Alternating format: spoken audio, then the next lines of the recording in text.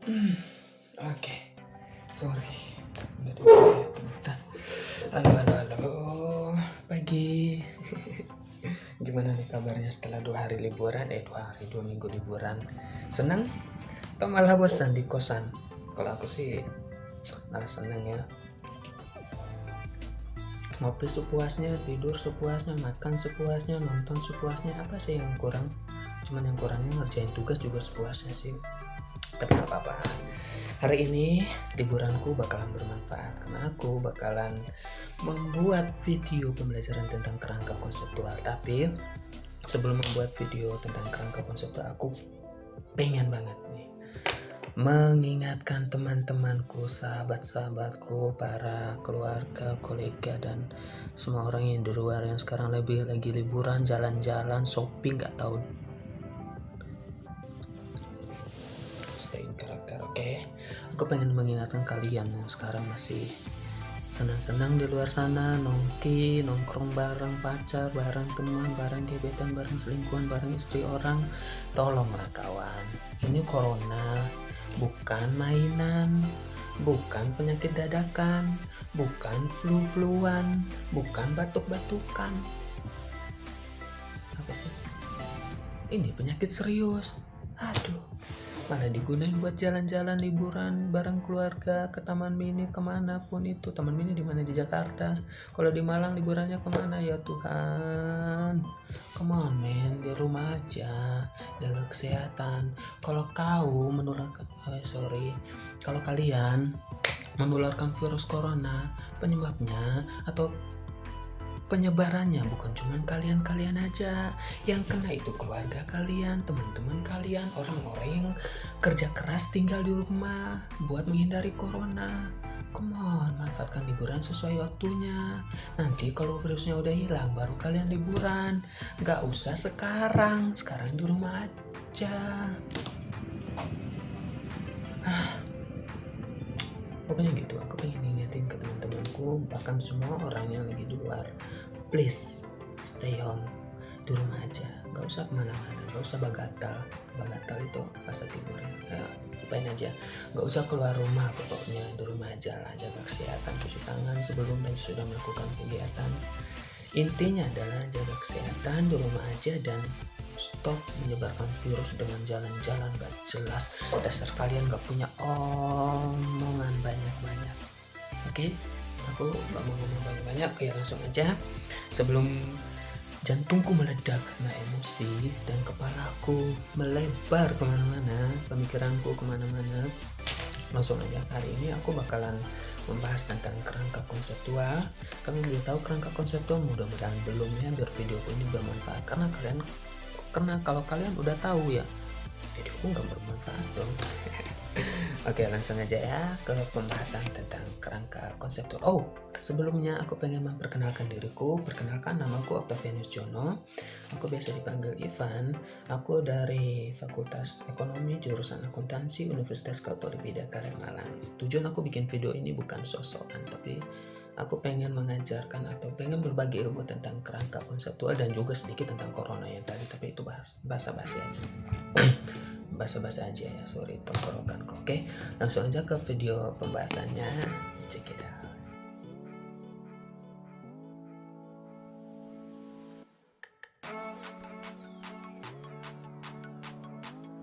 Oke, langsung aja ya.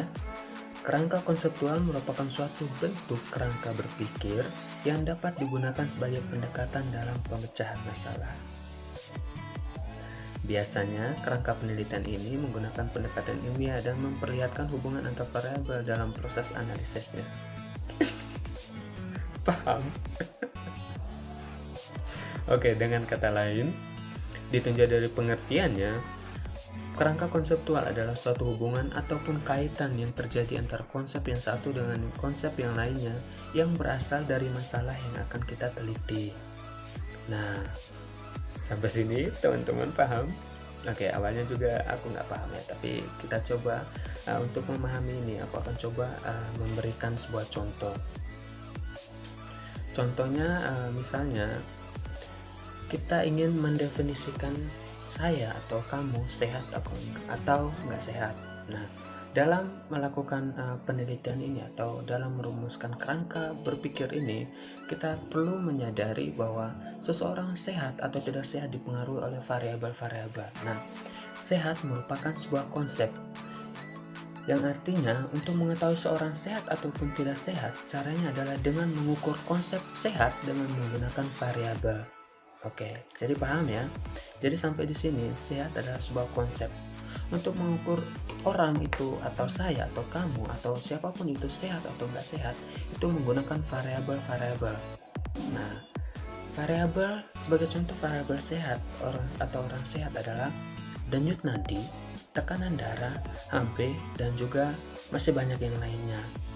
Oke teman-teman, jadi untuk menyusun kerangka konseptual orang yang sehat, kita membutuhkan variabel-variabel. Nah, variabel-variabel dari orang sehat ini misalnya denyut nadi dan lain sebagainya. Oke, paham ya? Oke, karena saya adalah anak ekonomi, jadi saya akan sedikit beradaptasi ke dunia ekonomi. Selain contoh yang tadi sudah saya paparkan, juga saya dapat menghadirkan contoh hasil produksi. Misalnya pulpen ini. Pulpen yang baik adalah sebuah konsep. Jadi pulpen yang baik dan layak dipasarkan adalah sebuah konsep, pulpen baik. Oke, di dalam melakukan penelitian, kita perlu menghadirkan variabel-variabel pulpen yang baik. Misalnya sebagai contoh, pulpen yang baik adalah pulpen yang memiliki tutupan kerangka dan juga tutupan atasnya yang baik. Kemudian variabel yang kedua adalah warnanya yang menarik, dan juga yang ketiga desainnya yang bagus dan juga menarik perhatian orang. Oke, ketika variabel ini memenuhi, maka pulpen ini dinyatakan baik dan layak jual.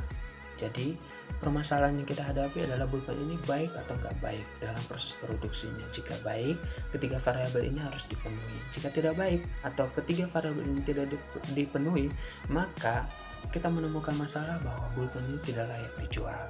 Jadi kerangka konseptualnya adalah kita menghadirkan variabel-variabel dan kita menghubungkan variabel-variabel itu untuk menghasilkan suatu konsep atau suatu untuk menyelesaikan penelitian kita dalam menyelesaikan masalah. Nah, seperti itu teman-teman tentang kerangka konseptual. Jadi saya ulangi lagi ya, tentang kerangka konseptual merupakan kerangka berpikir kita yang dimana di dalam kerangka berpikir itu kita menghadirkan konsep-konsep atau variabel-variabel yang saling berhubungan dalam menyelesaikan masalah. Nah, seperti itu teman-teman sekiranya tentang apa arti dari kerangka konseptual.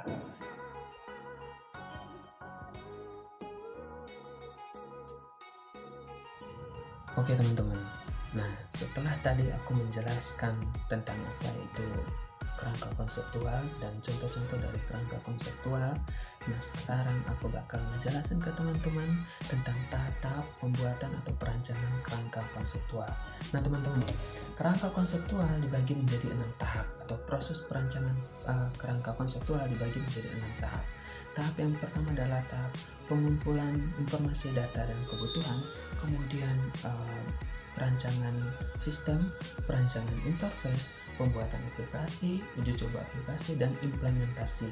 Jadi aku bakalan menjelaskan secara terperinci tentang ke-6 tahap ini. Oke, langsung aja. Di tahap pertama adalah pengumpulan informasi data dan kebutuhan. Apa yang kita kumpulkan dan bagaimana cara kita mengumpulkan data dan informasi yang kita butuhkan. Cara pengumpulan data dan informasi yang kita butuhkan bisa melalui 2 metode, yaitu melalui survei dan wawancara. Survei itu teman-teman datang atau mendatangi tempat-tempat atau lokasi yang terdapat masalah atau tempat-tempat yang ingin teman-teman lakukan penelitian tentang kerangka konseptual. Misalnya di sebuah kafe. Teman-teman bisa mendatangi beberapa restoran atau fast food di kota atau tempat-tempat terdekat teman-teman yang menurut teman-teman dapat dijadikan objek penelitian. Nah, dari restoran tersebut teman-teman harus menggali beberapa informasi, contoh informasi yang teman-teman bisa dapatkan di restoran-restoran yang teman-teman kunjungi, yaitu harga makanan dan minuman atau input dari aplikasi, banyak pegawai, dan juga pemberlakuan login atau bisa dibilang dalam kehidupan sehari-hari mungkin absensi mungkin ya, absensi, kemudian daftar menu makanan, waktu penyajian, banyaknya koki yang bekerja atau karyawan yang bekerja di restoran tersebut. Itu data mentah yang harus teman-teman dapatkan dari objek penelitiannya teman-teman, objek maupun sudut penelitian teman-teman dari restoran tersebut melalui cara survei ataupun bisa melalui interview. Nah, interview ini teman-teman bisa melalui perbincangan atau bisa mengadakan semacam pembagian pertanyaan-pertanyaan ke karyawan atau pemilik, ataupun bisa juga teman-teman tanyakan ke pelanggan-pelanggan yang datang ke toko tersebut. Oke, itu ya teman-teman tentang pengumpulan data informasi dan juga kebutuhan dalam perancangan kerangka konseptual. Kita masuk ke tahap kedua, yaitu tahap perancangan sistem. Nah teman-teman, di tahap ini teman-teman membutuhkan ketelitian dan kesabaran berdasarkan informasi-informasi yang teman-teman dapat dari hasil observasi, yaitu dari survei dan juga wawancara yang teman-teman lakukan. Di tahap awal teman-teman bisa melakukan perancangan sistem. Perancangan sistem ini bisa dibuat dengan use case diagram ataupun activity diagram serta class diagram. Nah, diagram-diagram ini nanti akan saya jelaskan di slide berikutnya tentang perancangan sistem nanti tersendiri. Kemudian di perancangan sistem ini teman-teman buat berdasarkan informasi yang telah didapat melalui survei dan wawancara yang tadi. Jadi teman-teman diharapkan dapat secara jujur dan teliti dalam memasukkan data-data yang teman-teman peroleh di lapangan. Jadi teman-teman nggak boleh mengarang secara intelektual teman-teman, secara hayalan teman-teman, tetapi harus berdasarkan data lapangan yang teman-teman kumpulkan agar nantinya kerangka konseptualnya itu mendapatkan goals atau mendapatkan finish yang tepat berdasarkan masalah yang ingin teman-teman selesaikan. Oke teman-teman, itu untuk tahap kedua. Selanjutnya kita lanjut saja, mempersingkat waktu, kita masuk ke tahap ketiga, yaitu perancangan interface. Nah teman-teman, apa itu perancangan interface? Interface dalam bahasa Indonesia berarti antarmuka. Itu merupakan rancangan dasar aplikasi yang akan dibuat. Jadi sebelum teman-teman melakukan perancangan aplikasi yang teman-teman ingin implementasikan, teman-teman terlebih dahulu harus melakukan perancangan interface, perancangan antarmuka, atau bisa dibilang mungkin itu lebih ke aplikasi dasar atau rancangan dasarnya teman-teman. Mau diapain sih, sumber masalahnya gimana, dan juga goals yang mau kita dapat atau target yang kita kejar, atau masalah-masalah yang ada di dalam perancangan atau di dalam yang ada di dalam objek penelitian teman-teman ini apa. Oke, gitu ya teman-teman. Kemudian kita lanjut ke tahap keempat, yaitu pembuatan aplikasi. Nah teman-teman, pembuatan aplikasi ini bisa melalui, kalau dalam kasus yang saya berikan contohnya tadi, semisal restoran, pembuatan aplikasi itu bisa bermacam-macam. Bisa menggunakan PHP serta JavaScript atau JavaScript jQuery mobile. Nah teman-teman, itu aplikasi itu dapat teman-teman download atau teman-teman dapatkan di Play Store ataupun di iOS, di media-media atau aplikasi-aplikasi berbelanja online. Tapi itu aplikasinya gratis teman-teman, jadi teman-teman bisa download di situ. Aplikasi yang dibuat harus mengimplementasikan algoritma multi-level feedback QA.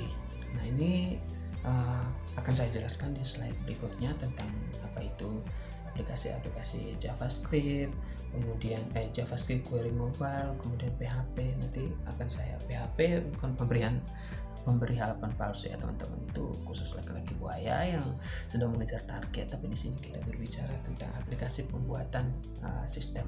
Oke, sistem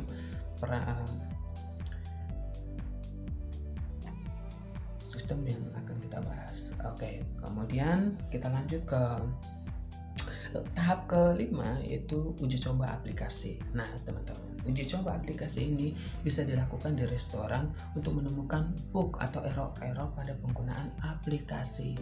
Jadi sebelum teman-teman launch atau menunjukkan aplikasi teman-teman, kita harus membuat uji cobanya dulu. Gimana sih efek aplikasi ini, atau gimana sih bug. Kalau di gamers, kalau teman-teman adalah gamers atau pemain game handal, teman-teman pasti mengerti bug. Bug itu adalah error-error yang terdapat di dalam game. Nah, sama seperti aplikasi ini, teman-teman harus bisa menemukan error-error apa saja atau kelemahan-kelemahan apa saja yang ada di aplikasinya teman-teman. Oke. Setelah melakukan uji coba aplikasi teman-teman, langkah yang terakhir adalah implementasi. Aplikasi yang telah dibuat dan diuji coba akan diimplementasikan di restoran atau dalam bahasa sederhananya diterapkan di restoran yang teman-teman lakukan penelitian tersebut. Semoga dari hasil uji coba yang tadi teman-teman dapat menganalisis atau menemukan kelemahan-kelemahan sehingga waktu implementasi atau sistem yang telah teman-teman rancang ini telah selesai atau telah rampung bisa sesuai dengan harapan atau ekspektasi teman-teman dalam menyelesaikan masalah di restoran tersebut teman-teman. Nah oke, teman-teman, itu 5 tahap dalam pembuatan atau perancangan sistem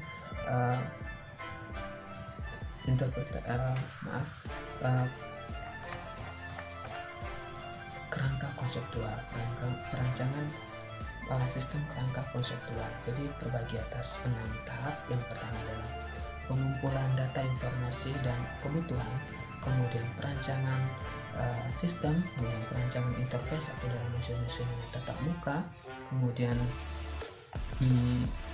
uji coba aplikasi, pembuatan aplikasi, kemudian uji coba aplikasi, dan yang terakhir adalah implementasi. Oke teman-teman, ingat ke-6 langkah di atas. Oke sip, selanjutnya kita berlanjut ke video berikutnya tentang pembahasan berikutnya. Nah teman-teman, tadi kan aku udah menjelaskan tentang tahap-tahap perancangan kerangka konseptual. Oke, paham ya teman-teman? Jadi ada 6 tahap rancangan yang tadi udah aku jelasin. Nah teman-teman, di tahap yang kedua itu tentang perencanaan sistem. Tadi aku udah jelasin ada berbagai jenis perencanaan sistem. Nah, sebenarnya apa sih perencanaan sistem? Aku sedikit feedback tentang perencanaan sistem. Perencanaan sistem itu merupakan tahapan yang menggambarkan rancang bangun sistem yang kita buat. Jadi rancang bangun sistem yang kita buat itu dinamakan perencanaan sistem. Nah, perencanaan sistem ini terdiri dari 3, yaitu use case diagram, activity diagram, dan class diagram. Nah, aku bakalan menjelaskan tentang ketiga perencanaan sistem ini, teman-teman. Nah, perencanaan sistem ini didasarkan pada survei secara langsung dan juga survei melalui internet pada beberapa pada beberapa subjek yang kalian teliti. Jadi kalian nggak boleh sama sekali menghayal atau berdasarkan halusinasi kalian merumuskan perencanaan sistem. Itu sama sekali nggak boleh, harus berdasarkan data lapangan yang kalian peroleh dari hasil penelitian dan juga survei yang kalian buat di lapangan. Oke, langsung aja aku jelasin tentang perancangan yang pertama, yaitu use case diagram. Apa sih use case diagram? Use case diagram itu mendeskripsikan interaksi antara pengguna sistem dengan sistem itu sendiri. Oke, paham ya? Jadi interaksi secara langsung antara pengguna atau user dengan sistem itu sendiri. Contohnya adalah use case pemesanan makanan. Jadi di sini bagaimana teman-teman merancang sistem agar si kasir dapat dengan cepat mengorder makanan atau memasukkan input makanan yang diorder oleh pelanggan. Jadi misalnya nih, kalian ke tempat nongkrong, kalian pesan kopi, bagaimana cara kalian merancang sistem ini agar kopi yang dipesan atau menu-menu yang dipesan oleh pelanggan dapat secara cepat dan lengkap dan tepat dideskripsikan di dalam menu-menu dan dikirim ke bagian pembuat atau koki atau apapun itu, barista atau apapun itu yang sesuai dengan tempat yang kalian teliti. Oke. Kemudian contoh yang kedua, use case admin. Admin memiliki wewenang penuh pada sistem ini. Oke.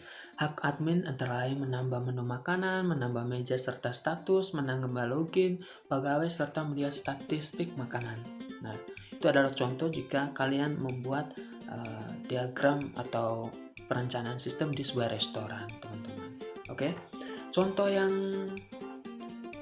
berikutnya mungkin perencanaan sistem tentang use admin dan juga yang tadi seperti saya jelaskan tentang kasir, mungkin use kasir, bagaimana kasir memasukkan makanan.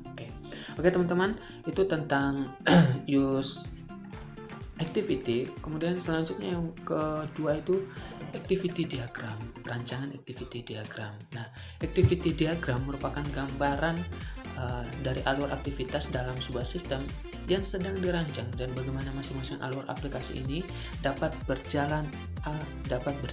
Oke. Activity diagram mempunyai peran dan fungsi yang sama seperti halnya flowchart. Bedanya dengan flowchart mempunyai kalau di activity diagram itu biasa mendukung perilaku paralel, sedangkan flowchart tidak dapat mendukung perilaku paralel. Oke, activity diagram juga merupakan state diagram khusus di mana sebagian besar state adalah action. Oke, jadi pahami perbedaan antara activity diagram dengan flowchart. Activity diagram itu mendukung secara penuh perilaku paralel dan juga bersifat state dan action, atau maksud saya state action. State-nya itu adalah action. Activity diagram ini secara lebih terperinci adalah bagian dari masing-masing alur aplikasi. Jadi bagaimana teman-teman merancang alur aplikasi agar berjalan sesuai dengan fungsinya masing-masing. Di dalam activity diagram ini ada yang activity diagram sedang berjalan. Itu activity diagram ini menggambarkan sistem yang berjalan sebelum dilakukan pengimplementasian program yang dibuat. Jadi kalian input atau melakukan survei tentang bagaimana sistem berjalan sebelum kalian melakukan implementasi sistem yang kalian buat. Kemudian ada evaluasi activity diagram, itu evaluasi sebelum dan sesudah kalian mengimplementasikan diagram atau perancangan sistem yang telah kalian buat. Nah, itu teman-teman tentang activity diagram. Selanjutnya tentang perancangan kelas diagram. Kelas diagram adalah diagram yang digunakan untuk menampilkan beberapa kelas serta paket-paket yang ada di dalam sistem atau perangkat lunak yang sedang dikembangkan dan memberikan gambaran atau diagram statis tentang sistem atau perangkat lunak dan relasi-relasi yang ada di dalamnya. Kepanjangannya, oke, aku persempit. Kelas diagram adalah diagram yang digunakan untuk menampilkan beberapa kelas serta paket-paket yang ada di dalam sistem. Jadi kelas serta paket-paket yang ada di dalam sistem itu dinamakan kelas diagram. Oke, begitu ya teman-teman tentang perancangan sistem terdiri dari 3, yaitu use case, kemudian activity diagram, dan juga kelas diagram.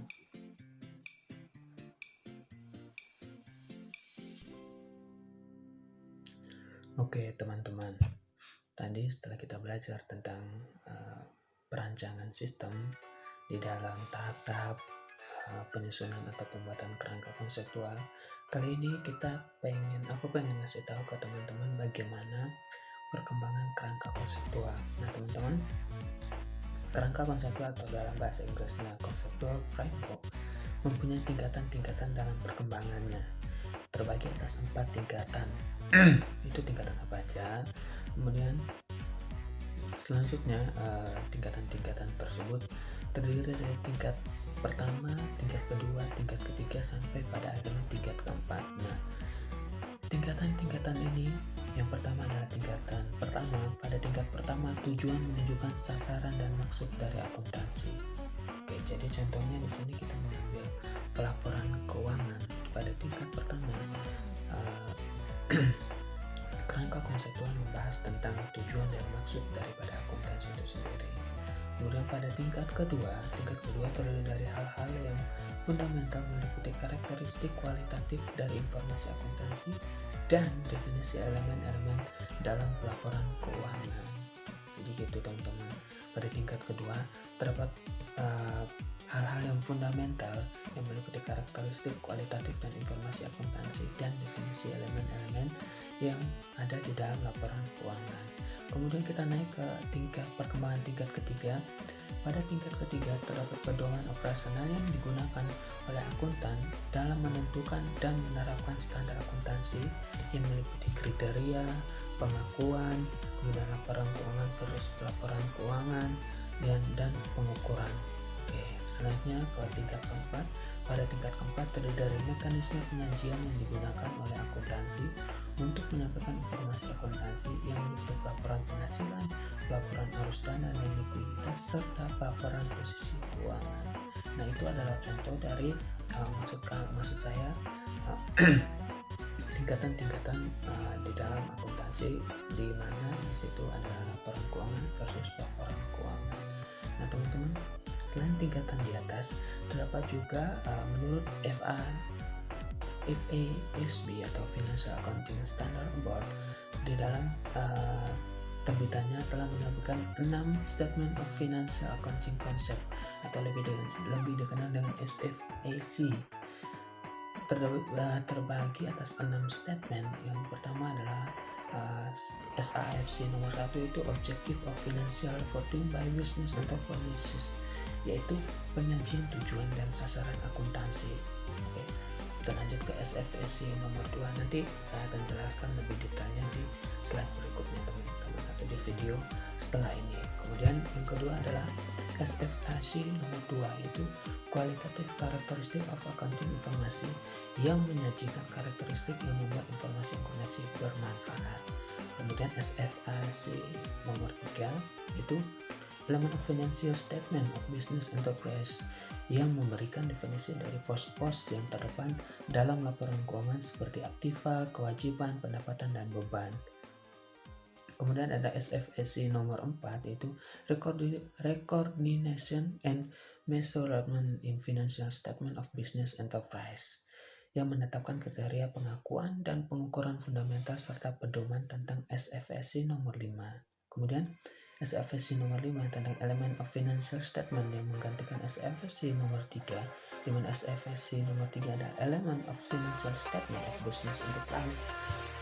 SFAC nomor 5 ini menggantikan SFAC nomor 3, SFAC nomor 3. Kemudian memperluas SFAC nomor 3 dengan memasukkan organisasi nirlaba, seperti lingkungan kampus, kemudian yayasan, kemudian dinas sosial dan sebagainya. Kemudian ada SFAC yang terakhir, yaitu SFAC nomor 6, yaitu Using Cash Flow Information and Present Value in Accounting misalnya, yang memberikan kinerja kerja bagi pemegang arus kas masa depan yang diharapkan dan dinilai sekarang, present value sebagai dasar pengukuran. Oke teman-teman, untuk perkembangan dari kerangka konseptual dari mulai tingkat pertama sampai tingkat keempat, kemudian berdasarkan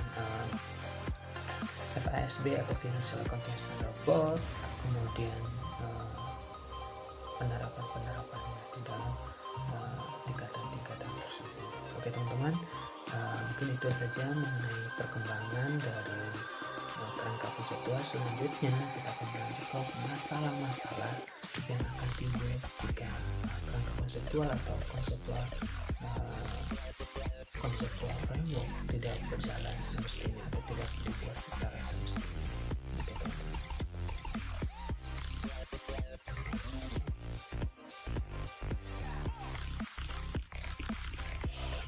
Oke teman-teman, setelah tadi kita membahas tentang perkembangan kerangka konseptual, sekarang kita akan membahas atau saya akan memberikan ulasan tentang masalah-masalah yang ada di dalam kerangka konseptual.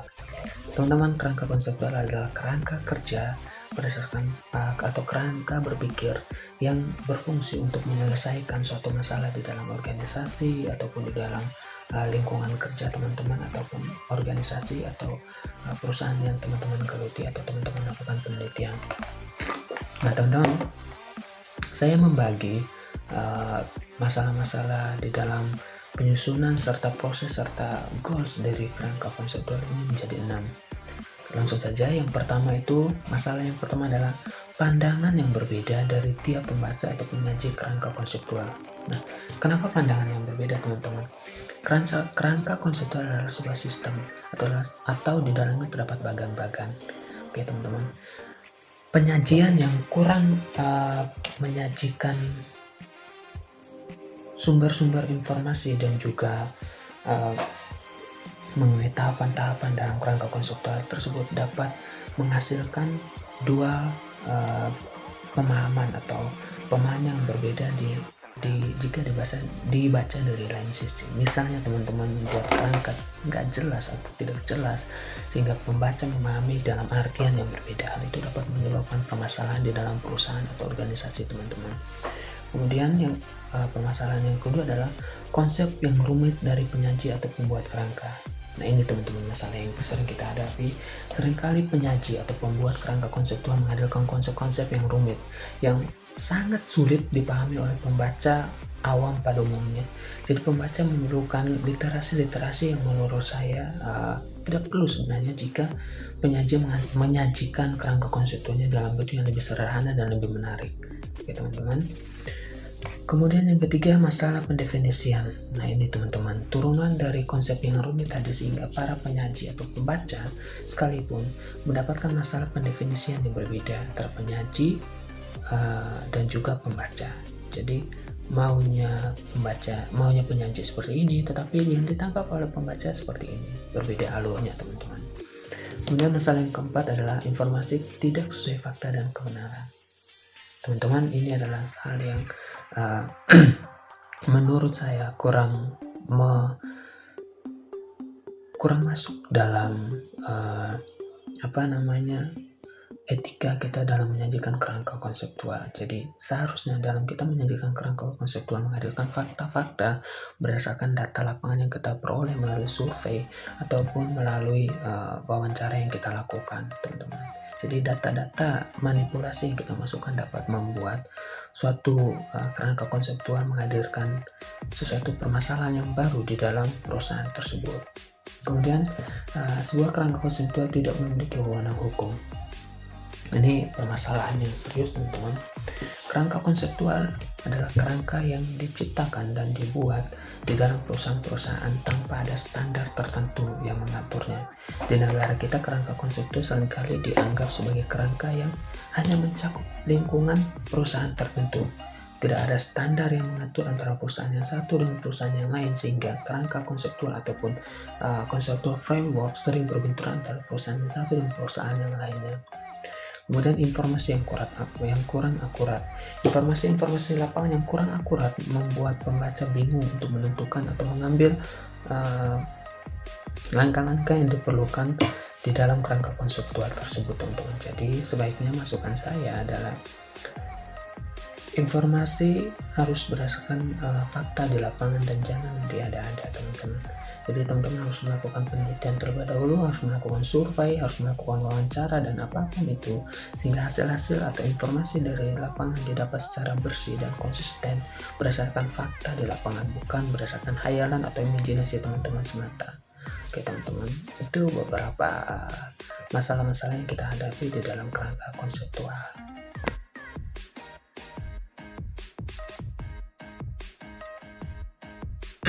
Oke teman-teman, setelah membahas banyak tentang kerangka konseptual, sebenarnya apa sih keuntungan kerangka konseptual bagi suatu organisasi atau sebuah perusahaan?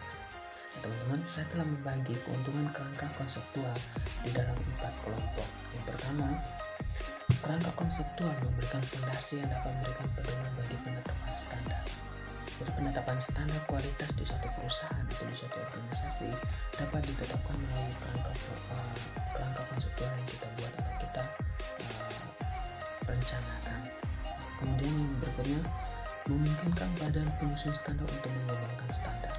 Berdasarkan standar yang sudah ada dan juga kerangka konseptual yang kita susun, memungkinkan badan penyusun standar untuk menyusun standar yang sudah ada menjadi dan meningkatkannya menjadi standar yang lebih baik lagi, teman-teman. Kemudian memberikan konsep-konsep yang luas sekaligus terarah dalam mencanangkan suatu tujuan. Jadi berdasarkan kerangka konseptual diharapkan konsep-konsep yang baru ini dapat menghadirkan konsep-konsep yang baru di dalam suatu perusahaan, sehingga perusahaan dapat terus berinovasi dan berimajinasi serta menghadirkan produk-produk berkualitas dan modern sesuai dengan zamannya, teman-teman. Kemudian yang berikutnya, menghasilkan standar perusahaan yang berkualitas. Nah, standar perusahaan yang berkualitas menjadikan perusahaan tersebut maju dan berkembang seiring dengan perkembangan zaman, sehingga perusahaan tersebut tidak akan bangkrut atau pailit. Jadi kerangka konseptual sungguh-sungguh diperlukan atau perlu dihadirkan di suatu perusahaan atau lembaga atau organisasi apapun itu, maupun itu organisasi nirlaba maupun organisasi laba, teman-teman. Oke, seperti itu teman-teman. Kemudian kerangka konseptual yang baik menurut pendapat saya harus memenuhi 3 elemen. Yang pertama, akurat. Kerangka konseptual harus akurat dan sesuai fakta, tidak boleh mengada-ada dan berdasarkan imajinasi. Kemudian bersifat adil dan setara. Maksud saya bersifat adil dan setara bahwa setiap elemen-elemen di dalam kerangka konseptual haruslah adil dan setara antara satu pos dengan pos lainnya, tidak memberatkan pos yang satu dan meringankan pos yang lainnya. Namun semua pos dan lini di dalam kerangka konseptual harus setara dan adil pembagiannya. Kemudian bersifat kebenaran dan sesuai fakta. Nah teman-teman, ini yang paling penting dan terus saya tekankan dari tadi. Kerangka konseptual harus berdasarkan data-data lapangan yang fakta, yang real dan yang benar, bukan berdasarkan imajinasi dan khayalan teman-teman semata. Jadi pembuatan atau perangkaian kerangka konseptual harus berdasarkan fakta-fakta lapangan yang ada teman-teman. Mungkin itu aja mengenai keuntungan dan juga kerangka konseptual yang baik teman-teman.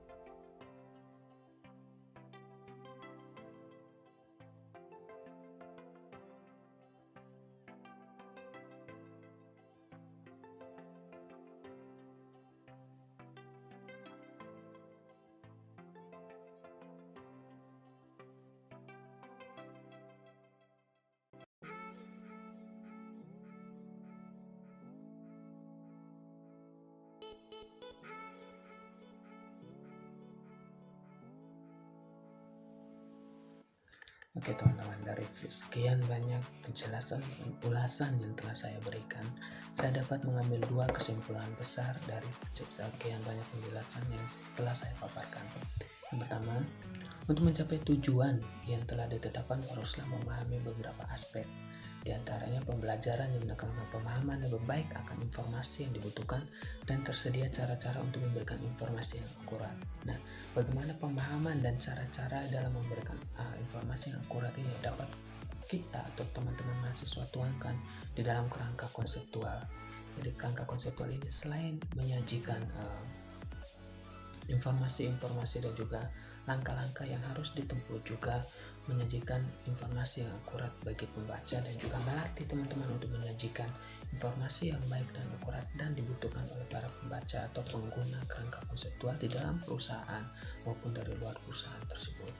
Kemudian dalam penyajian kerangka konseptual harus diterapkan standar yang jelas dan pemerataan garis pemahaman kerangka konseptual di berbagai jenjang serta aturan yang jelas mengenai batas dan wewenang dari tiap-tiap elemen.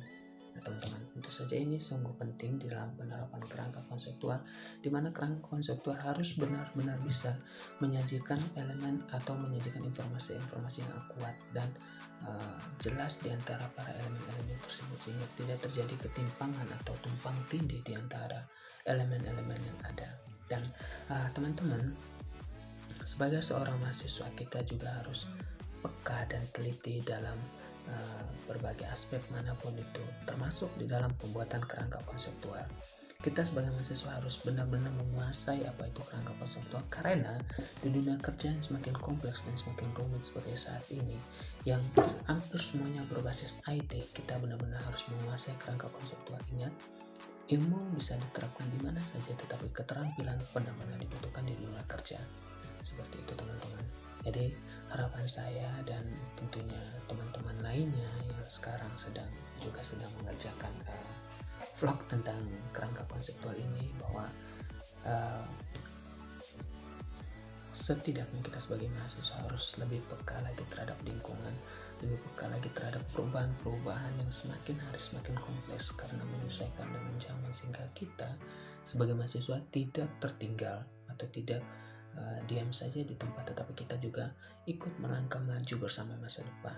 Dan juga bagi teman-teman yang mungkin belum terlalu mengerti dengan penjelasan saya, mungkin dapat mengunjungi situs-situs atau juga web-web pembelajaran lainnya yang mungkin lebih jelas dan lebih terperinci tentang kerangka konseptual. Dan di akhir video ini saya mohon maaf apabila ada kesalahan dan